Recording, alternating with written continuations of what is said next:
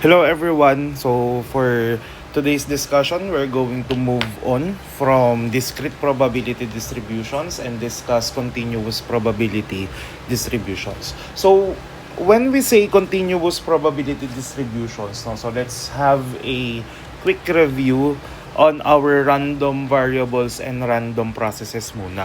No, so again, when we say random variables, yan. So when we say random variables, these are mathematical functions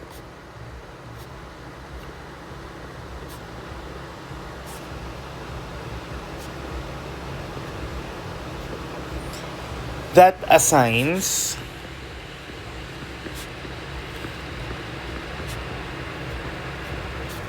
a real number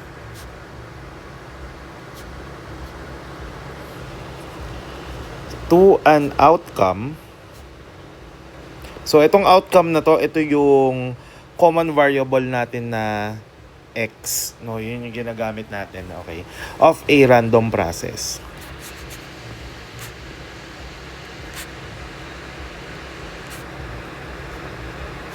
Ayan. No, so yun yung tinatawag natin na random variables, no. So these random variables are classified into two, no. So we have the discrete, 'di ba? Ang ating RV, nagilan natin dito, no. Ito yung diniscuss natin nung unang-una. So we have here the discrete random variables and the continuous random variables. So discrete random variables, okay, this takes into countable values, no. So we are starting always from 0 going infinity, no. Ganun lagi ang bilang natin kay discrete random variable. Kaya kung mapapansin ninyo, ang mga values na tinitake natin with our discrete random variables dun sa mga naunang discussions natin kay binomial, kay Poisson, 'di ba, kay negative binomial, so on and so forth, ang laging nilalagay lang natin doon ay integers lang. Okay, positive integers to be specific. Okay, so whereas kay continuous random variable, no, so kay continuous, hindi na countable values yung kinukuha natin, but rather we are now after the measurable values. Ayan, measurable values na yung kinukuha natin, ano. So these measurable values are values given over an interval. So when we say interval, meron tayong particular value na sinusundan. Let's say, value A, okay, going value B. Okay, yun yung main difference ni discrete kay continuous. Ang discrete natin always starts with 0, or rather, most of the time it starts with 0, no? Pero it takes, ang distinction natin dito, it takes integer values, no. So for continuous random variables naman, hindi lang basta integers ang kinukuha natin. We are now after the real numbers, regardless kung positive or negative, no. Kaya medyo mas mahirap si continuous in a way, kasi si continuous random variable, okay, this takes values, even yung mga fractions or yung mga decimals natin. Okay, and if we can remember, 'di ba, ang ating discrete random variables, okay, these are always counted, or rather evaluated using summations, 'di ba? So kasi bakit summations? Kasi we are only after integers, no, for discrete random variables. Whereas for continuous random variables, we are mostly be talking about integrals. Okay, meron tayong mga kanya-kanyang functions na pinapasok natin sa integral natin. Pero lahat ng mga CRVs natin, or lahat ng mga random variables natin, continuous random variables natin are evaluated using integrals. Okay, so let's go to the general idea of a continuous random variable. So for a continuous random variable x, the mean and the standard deviation in general, okay, lagay natin dito. So we have here generally, okay, so our mean, okay, for our continuous random variable is evaluated with the integral, okay, of x, f of x. Let's use the capital f of x dx. Okay, evaluated from a to B. Okay, yan yung general formula ng mean natin. Okay, for any any continuous random variable. Naintindihan po? Okay, so this is for our mean. Then we have here our standard deviation, no? So, or rather our variance. Okay, so we have here our standard deviation, no? So we have here, okay, so our sigma of x, okay, so this is equal to the integral naman, okay, of x, this is not standard deviation, this is the variance. Ayan.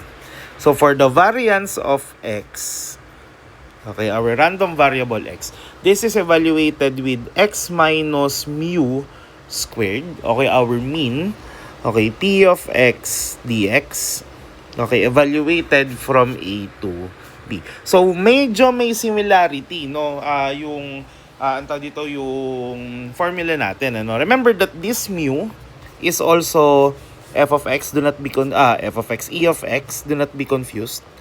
No, so ito din yon yung mean natin, ano. So you can use either mu or just use yung ating e of x, no. Mas ginagamit kasi si e of x kay continuous random variables, no. So I don't know, maybe it's a matter of proper representations, no. So since si continuous random variables kasi are usually used for larger datas, no, so or larger data, no, yung mga populations natin usually, no, kaya e of x madalas ang ginagamit. But either which, mu or e of x is still talking about, or both of them are talking about the mean, no, so wala naman tayong problema.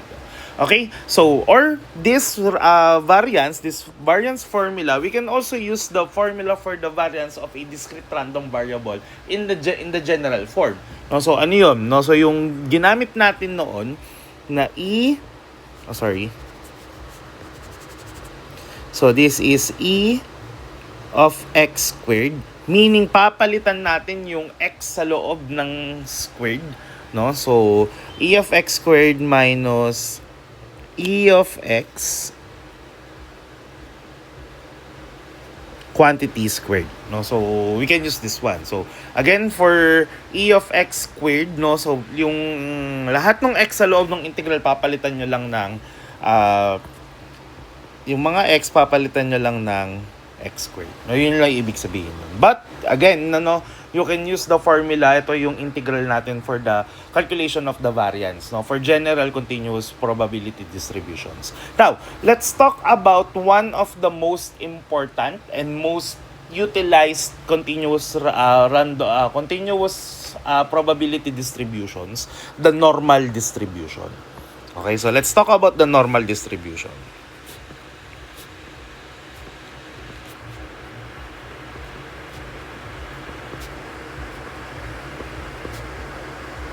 Ayan. So, our normal distribution, this is also known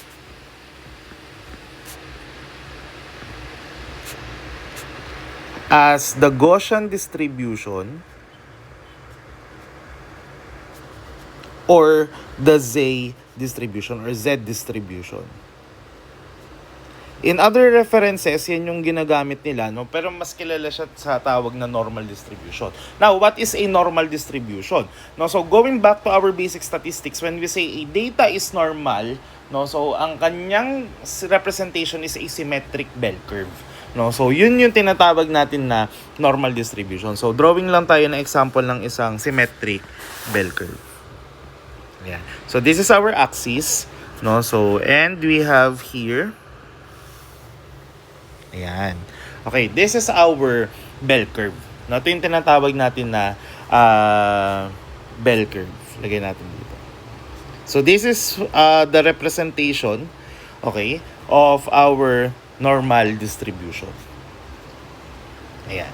Okay, this is the bell curve. So a symmetric bell-shaped probability distribution where the data are clustered around the mean, tapering off at the tails via the standard deviation. So ano yung sinabi natin na definition na yun, ano? So asymmetric, no? So meaning when we say symmetric, pag hinati na natin ito dito sa gitna, ayan.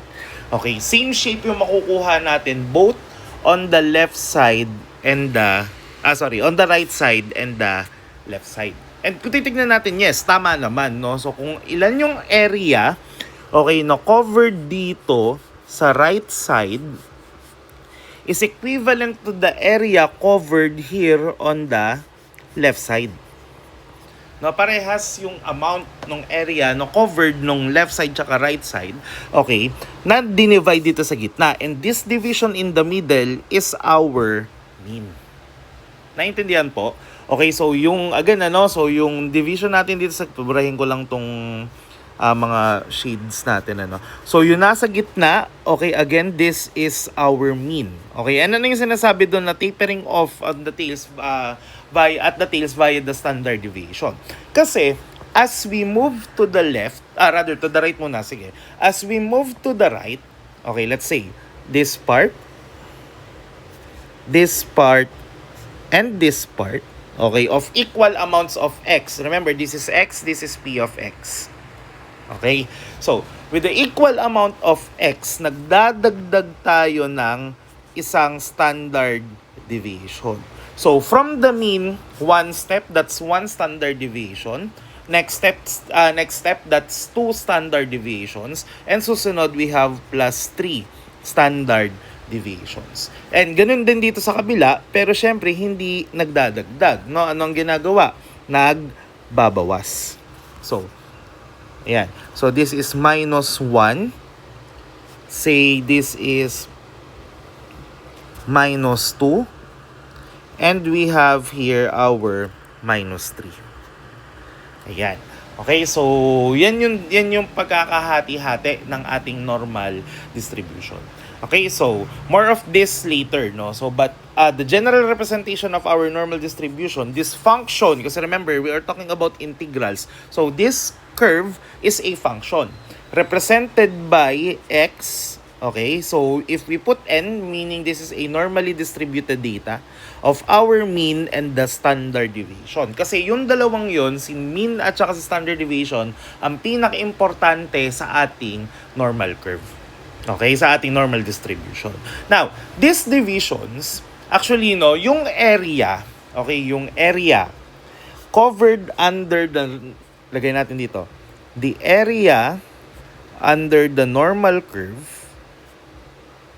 So, dito medyo papasok yung inaral natin before sa Calculus 2, yung area under plane regions. No? So, this area under the normal curve, actually, these are the probabilities. So, when we are asked to compute for the probability of a normal distribution, let's say a portion of the normal distribution, we're asked to find what's the area under the normal curve. Okay? And by using this regions, no, this part, yung increasing standard deviations or decreasing standard deviations, okay, we can get the area. Okay?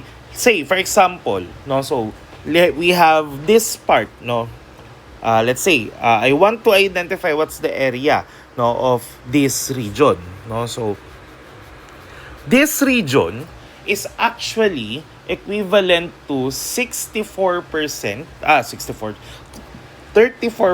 roughly, no, nung ating area. Bakit? Saan nanggaling yung value na yon? Meron kasi tayong tinatawag na empirical rule. Okay, for normal distributions. So for our empirical rule in these normal distributions, okay, so we have, for a while,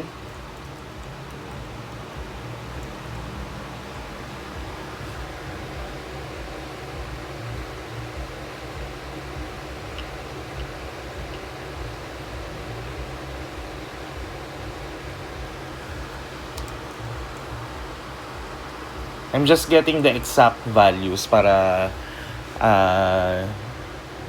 ayun. So, for this region, okay, from negative 1, kasi diba remember, this is negative 1 sigma. If tatanggalin natin yung mga sigma natin, okay, from negative 1 going positive 1. Okay, this region covers 68.27%, okay, of the data. Okay, this entire, no, etong part na to, sige, iburahin ko muna to. This entire region, shade na lang natin. Yan. No, this entire region, itong nasa gitna, okay, between -1 and +1, that is 68.27%. So, katulad sinabi ko kanina, if yun nandito lang sa right side ng mean going to +1, ang kukunin natin, just divide 68.27% by 2. So, we get roughly around 34.135, no? So, na percent, which is, if we are going to convert that into decimal, okay, kasi yung itong ano natin is naka-percentage, di ba? So if we're going to convert this into decimal, we can get the probability. Naintindihan po? Okay, so yun yung empirical rule na tinatawag natin. Now, what about the other values? So between -2 and +2, okay, so roughly this is around 95.45%. Ayan. Okay, that's 95.45% between -2 and +2.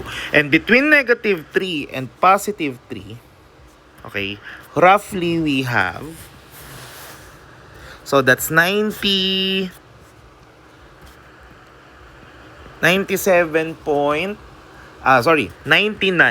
not 97, 99.73%. Ayan. Of the data covered.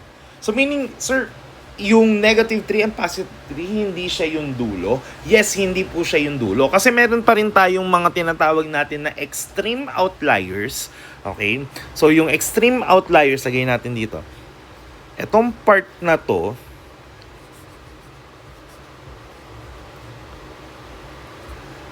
sige. Lipat ko lang tong sinulat ko dito, no? Tong X. Ayan.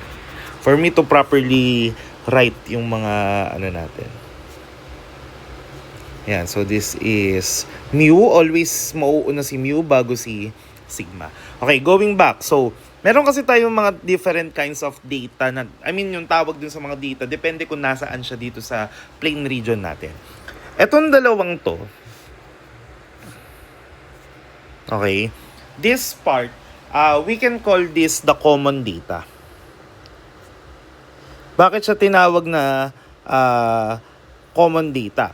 No, or common in layman's term, no? Bakit siya tinawag ng common? Kasi this is clustered around the mean. Okay, which is the important parameter in our normal distribution. Kaya siya tinawag na common data. Yung region dito, kay -2 and -1, tsaka +1 and +2, etong mga nandito, ang tawag na natin dito ay rare data. Okay? So, then we have these two. Okay? Yung between -3 and -2 and +2 and +3. Ito yung tinatawag natin na outliers. Okay? And yung nasa dulo, ito, at saka ito, ang tawag natin dito ay extreme outliers. Ito yung sinasabi natin kanina na hindi kasama dun sa 99.73%. Kaya sobrang liit na. This is roughly around 0.27, no? 0.27%. No, ganun lang, yun lang yung composition niya dun sa entirety ng data natin. Okay, so yan yung tinatawag natin na empirical rule. Okay, so more on the examples later, no? So sige. So meron tayong tinatawag na z-score. Okay, this is one important concept in normal distribution. Okay, this z-score describes the relative position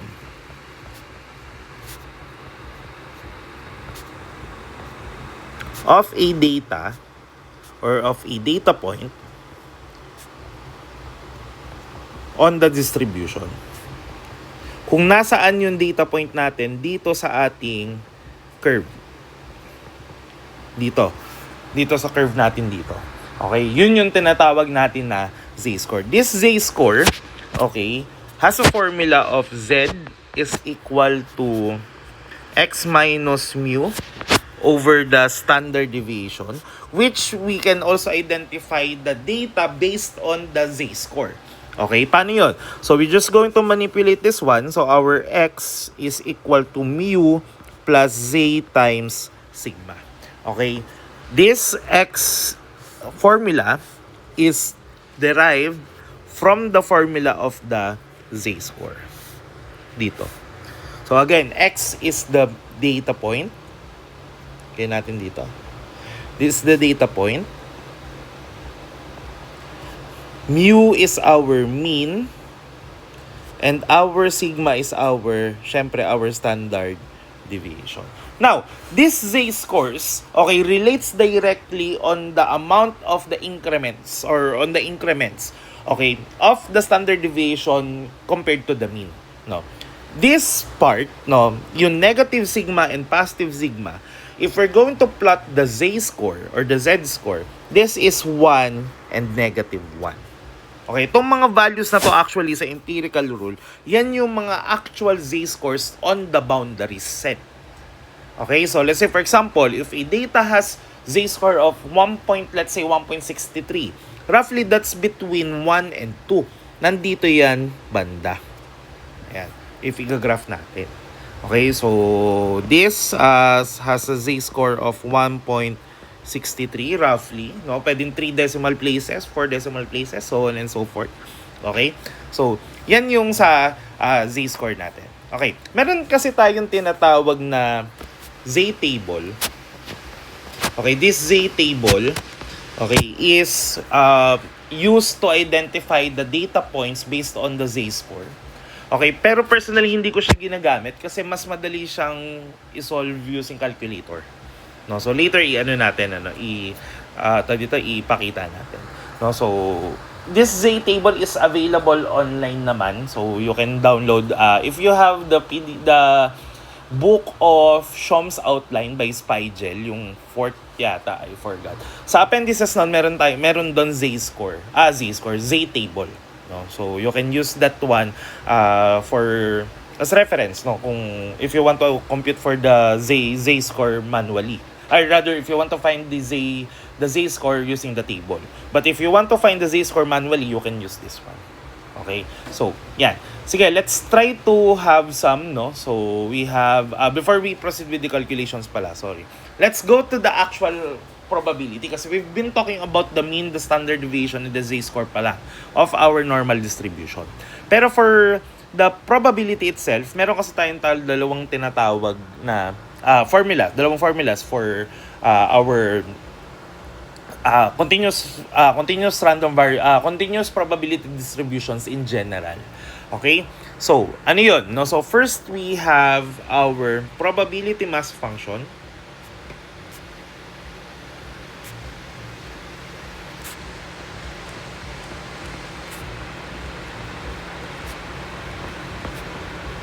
Okay, and our probability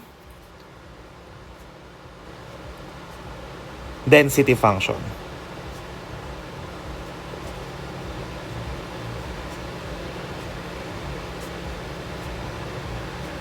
In other books, this probability density function is also known as the cumulative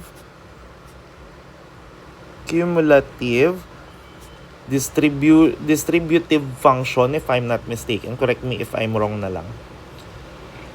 Or distribution yata. Cumulative distribution function, sorry. Distribution function. Or the CDF. Yan.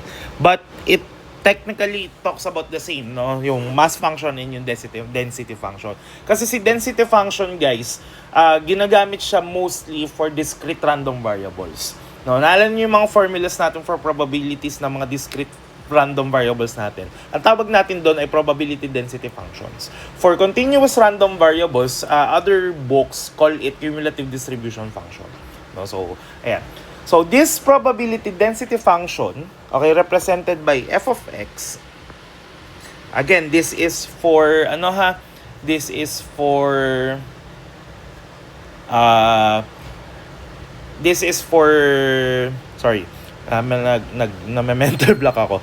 This is for continuous probability distributions. Our f of x, if you want to find the height of the function, no? Kumbaga parang yung dun sa dito sa graph natin, if you want to identify the actual value of this slope, ito, no, or rather this line, no, one particular point on the line, okay, mass function ang ginagamit.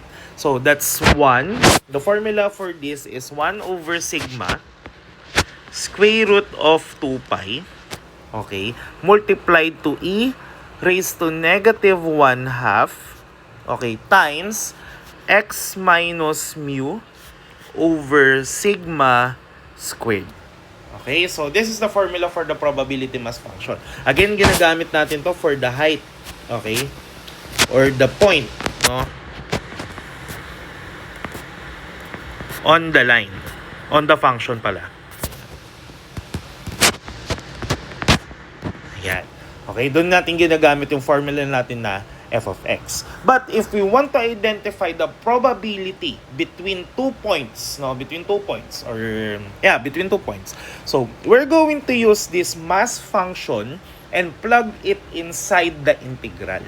Okay? So, for our integral, di ba, remember, ang formula natin is f of x dx, di ba? For our f of x, capital F of x na ginagamit natin for probability density function. So, this is denoted by P of x is equal to x. Okay, so we have here, this is equal to the integral from the lower point to the upper point of f of x dx. No, again, ano yung f of x na yan? Yung probability mass function. Kaya in other books, ang representation nila is diretso. 1 over sigma square root of 2 pi multiplied to the integral of from a to b of e raised to negative 1 half x minus the mean over sigma squared dx. Ayan. Okay, so this is our probability density function. Okay, so yan yung mga formula na gagamitin natin in the solutions, no, for getting the probability of normal distributions. Okay, sige, let's try to answer some problems, no? So for number 1 here, so z-scores muna tayo, no? Given a normal distribution,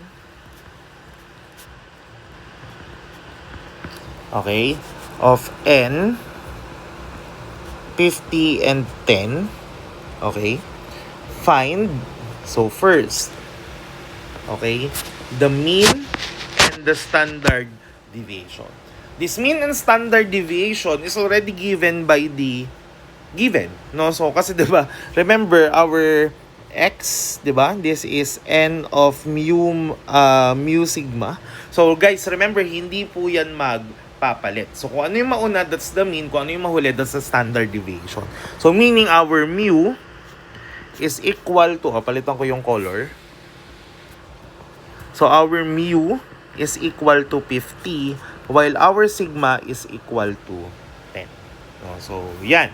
Okay, next. No, so, let's say, for example, what is x when z is equal to 1.4, meaning our z-score is equal to 1.4. So we're going to use the formula x is equal to mu, okay, plus z sigma. Okay, so gagamitin natin yung formula. Then plug the values lang. So that is 50 plus 1.4 times 10. But we know that 1.4 times 10 is 14 plus 50, so that is 64. Okay, so meaning our x is equal to 64. If we're going to plot this, no, in a normal distribution, ano ang itsura niyan? Okay, ganito.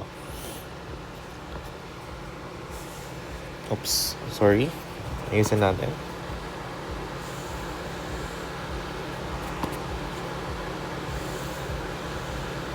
Ayan. Okay, so, again, yung gitna, ang ating mean. Ayan. So, our mean is 50. So, sabi nga natin, di ba, as we taper off to the right, no? So, we're increasing by the standard deviation. So, this is plus 1, plus 2. O, palitan natin yung color. This is plus 1, plus 2, plus 3. Ayan. Then, this is minus 1, minus 2, minus 3. Ayan. Okay, so, this is 60, 70, 80, 40, 30, and 20. Yan. Okay, so asaan si 64? Siyempre, that's between 60 and 70. So, roughly, nasaan si 64? Nandito sa gitna. Tama? This is 64. And if we're going to double check using the z-score, again, no, using the z-score, ano ba mga z-scores natin dito? If we're going to change this to z, the values will become 0, 1, 2, 3, negative 1, negative 2, and negative 3. Okay? So, this 64 has the z-score of 1.4 based on the given. And 1.4 is between 1 and 2. So, meaning our answer is correct. Tama? Analogy. Diba? Analogy of x going to z and z going to x, vice versa. Okay? So, I hope malinaw po iyon. Ano? Next, let's go to number 3. No? So, we have our z-score when x is equal to 30. Okay? So, let's use the formula. Our z-score is equal to x minus the mean, okay, over the standard deviation. Okay? So, we have here x is 30. Our mean is 50 over the standard deviation of 10. So, this is negative 20 over 10. So, our z-score is equal to negative 2. Based on the formula. But based on the graph, no, sakto, si 30 ay merong z-score na negative 2. No? So, that's how we use the graph, okay? Yung graphical method natin and the analytical method using the formula. Okay, so I hope this is clear. Sige, let's have another example. This time, let's get the probabilities. Okay, so let me just write the problem. In a class of 2,000 students,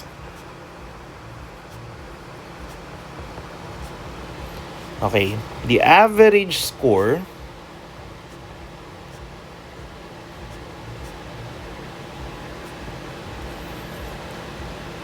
in non-exam is 74. Okay, with the standard deviation of 8. Okay, find.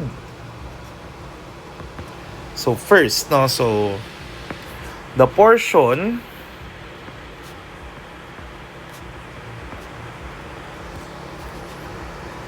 of the students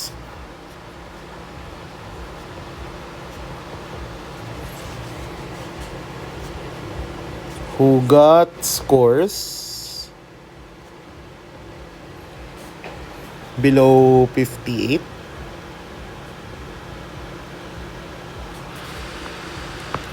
okay, the probability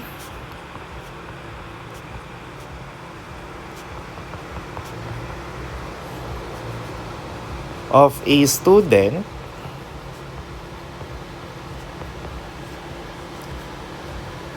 to get a score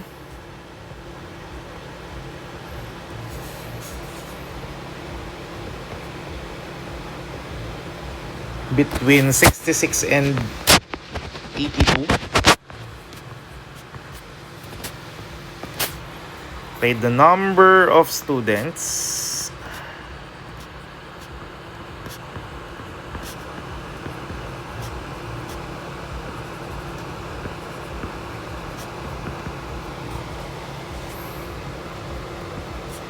who got scores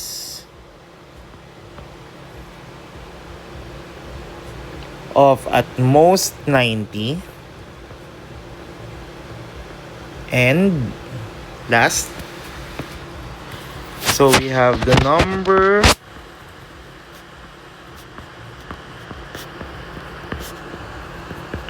of students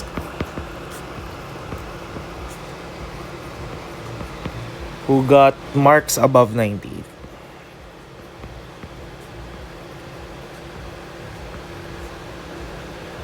Okay, so we have here one problem, ano? So first, of course, no, so you can pause this video, try to solve it on your own.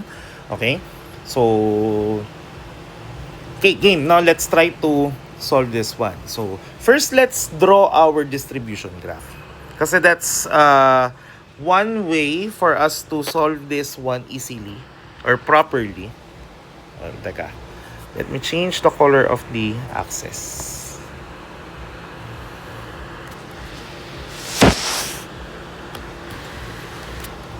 So again, this is P of X. This is our X. Yan. And we have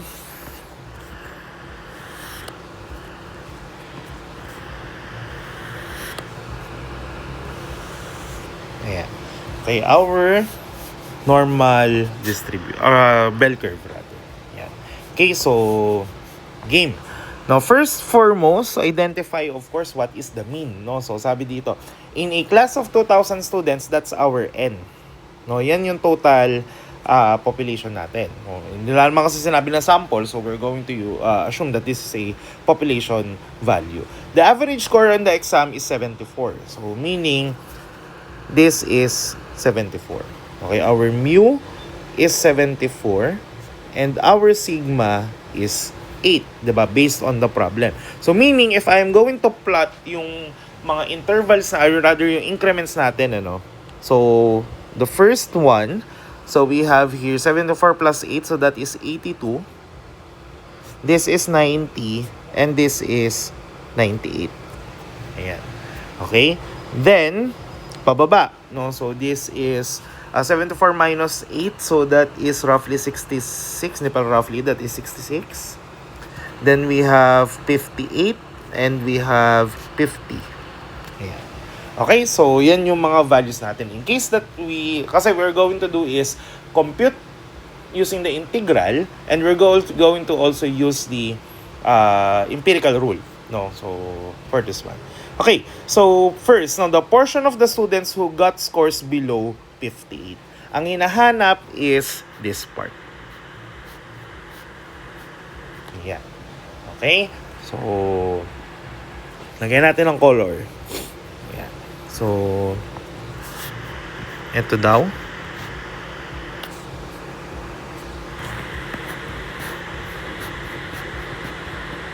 Ayan. No, so, yung part na yan, yung hinahanap. Okay? So, the portion, meaning we're after the percentage. No? Hindi natin kukunin yung decimal value. Kasi sa probability lang naman natin ginagamit yung decimal value. Okay, so for letter A, so first, so we have here the integral, okay, of, we have P of X is less than 58. Ayan, less than 58 yung hinahanap natin. Okay, so this is equal to, okay, 1 over sigma, no? So that is 8 square root of 2 pi. Kasi remember, di ba, our formula is our P of X is equal to the 1 over sigma square root of 2 pi times the integral from A to B of e raised to negative 1/2 x minus the mean over sigma squared dx. Yan. Yan yung formula natin na gagamitin. So, we have 1 over 8 square root of 2 pi times the integral. Now, dito tayo magkakatalo. Okay. Kapag ang hinahanap is x is less than, walang equal sign, we're going to apply complements. Ano yung sinasabi natin ng complements? Hindi ko sure kung nabanggit ko kanina, no? But the total area, Okay, since 'di ba pag sinam natin lahat 'yan, remember naka-percentage to, meaning this entire area under the curve is equal to 100%. 'Di ba? Or if we're going to compute rather convert it in terms of probability, that's equal to 1. Okay? So meaning we need to convert this, asa na 'yon? Ito. Pag hindi naka-equal sign we need to convert this, okay, to its complement. Bakit? Kasi whenever we are getting the integral, 'di ba? Kasama matik yung mga intervals natin dun sa area na kinukuha. But since ang tinatanong kasi dito below 58, hindi dapat kasama si 58 sa kukomputin mo. Okay, so ano ang gagawin natin? From x is less than 58, we're going to apply 1 minus the probability of x is greater than or equal to 58. Okay? So, sige, tuloy muna natin dito bago tayo mag-minus 1. So, this is from 0, supposedly, going 58. Okay? Of e raised to negative 0.5, that's 1/2, of x, as is si x, okay, as is si x, minus the mean, so what's our mean? So that is 74 over 8, okay, squared dx. Ayan. Okay, so hindi kasi kapag ginalagay natin yan, okay, dapat si 58 hindi kasama. I remember we're talking about continuous distribution. Sir, hindi ba pwedeng 57 na lang? No, so well, technically, yes. Paano kung ang grading ay merong decimal? Diba? Hindi naman tayo 100% sure na merong decimal or whatsoever. So, kaya gagamit tayo ng complement. Okay? Again, kailang ginagamit sa complement, no? Kapag mayroon, rather walang equals dun sa inequality. Okay? So, ano mangyayari? So, this now will become 1 minus, copy mo lang lahat yan. No, so wala naman kasi magbabago dun sa formula. Ano ang magbabago? Yung intervals. Kasi instead of 0 going 58 or 57.9999, okay, mag-start tayo ngayon kay 58 going infinity. Okay? Of e raised to negative 0.5 x minus 74 over 8 quantity squared dx. Ito ngayon yung ipa-plug natin sa calculator. Okay? So, malinaw po ba? Sige, you pause this, plug this on your calculator, and I'll do the calculations for my calculator as well. Sige. So, isang ko lang yung encalc natin. Oops, sorry. Yan. So, we have, so that's 1 minus 1 over 8 square root of 2 pi. Okay? Times, okay, kay 2 pi, dun lang sa fraction naka-times yung integral natin, ha. So, we have here the integral of e raised to negative 0.5 times x minus the mean, so that is 74. Tama ba ako? Yeah, 74 over 8 squared. Okay? From 58 going 9. Kahit 999 lang, no? So, wag lang 99 kasi masyadong malapit si 99 dun sa 58.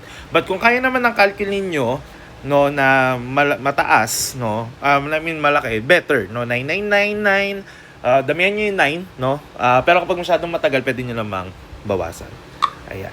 Okay, so this is equal to 0.02, no? So, ayan. Since we're talking about percentage, no, pwede naman nating i-multiply yan. Okay, so we have excuse me.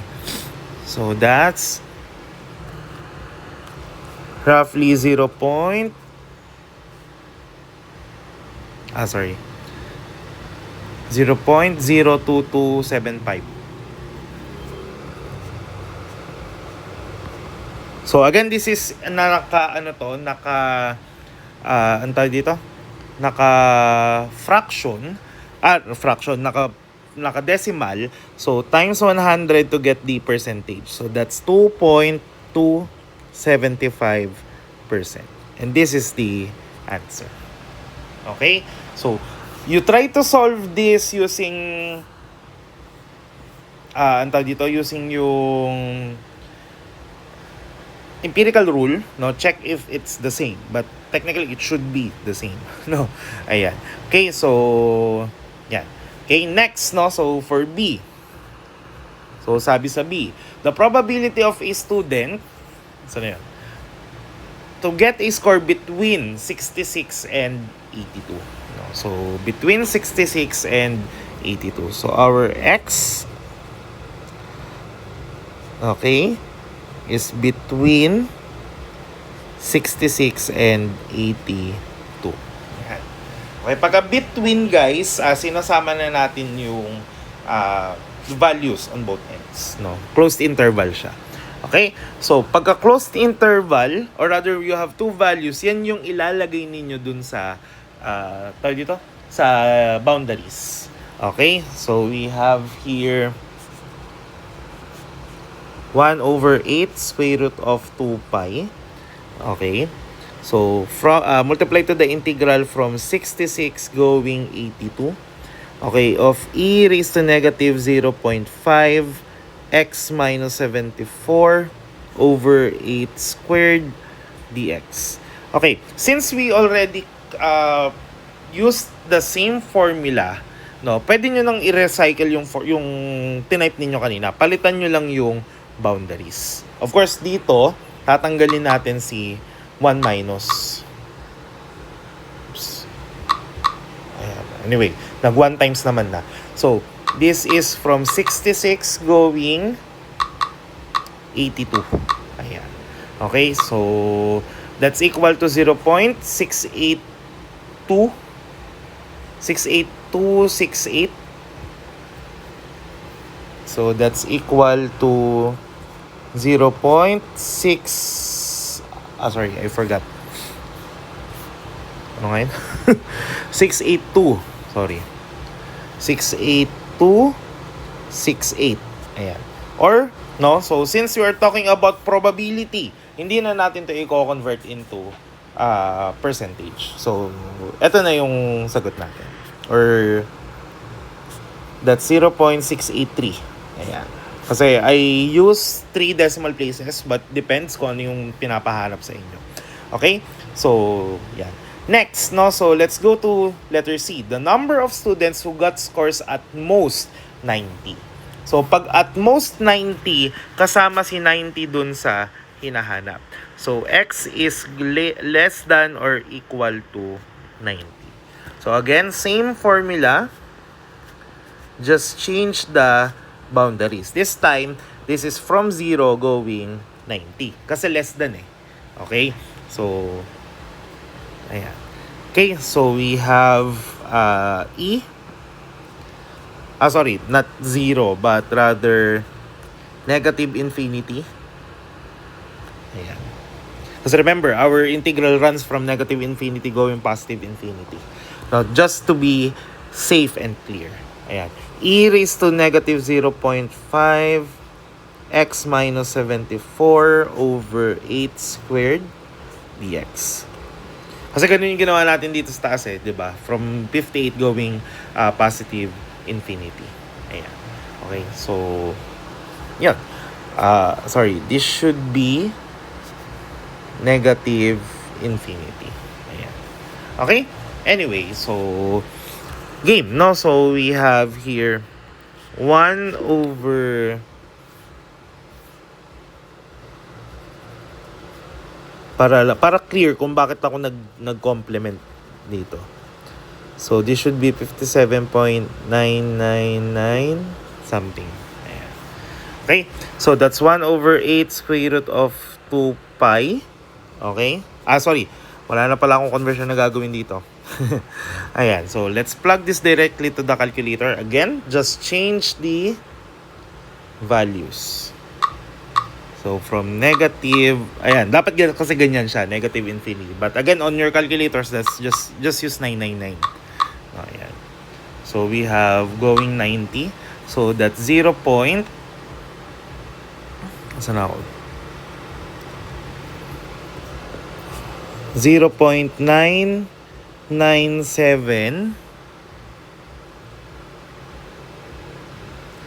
249 or 25. Ayan.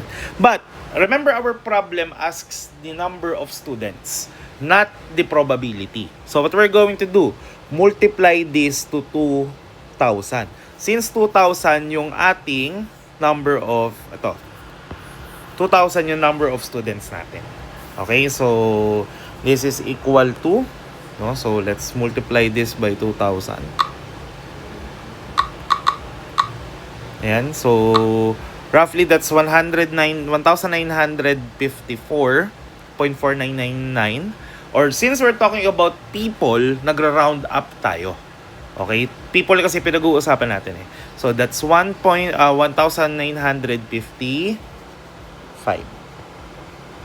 Ayan. Okay? So I hope that's clear, no? And yung last natin, no? So the probability, the number of students who got marks above 98. So meaning that's above 98. So we have greater than 98. Again, kapag hindi naka-equal sign, we apply complement. Diba? 1 minus the probability of x, babaliktarin nyo lang yung sign. Diba? From greater than magiging less than or vice versa. Ayan. Okay, so this is equal to 1 minus the integral. Okay? From, since this is less than or equal to 0 going, negative infinity going 98. Ayan. Of e, I forgot yung constant. 1 over 8 square root of 2 pi from negative infinity to 98 of e raised to negative 0.5 x minus 74 over 8 squared dx. Ayan. So again, if you have the value na, or rather the function na, so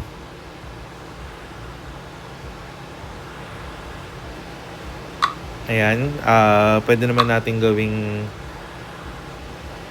minus yan. Okay? So, from negative infinity going 98.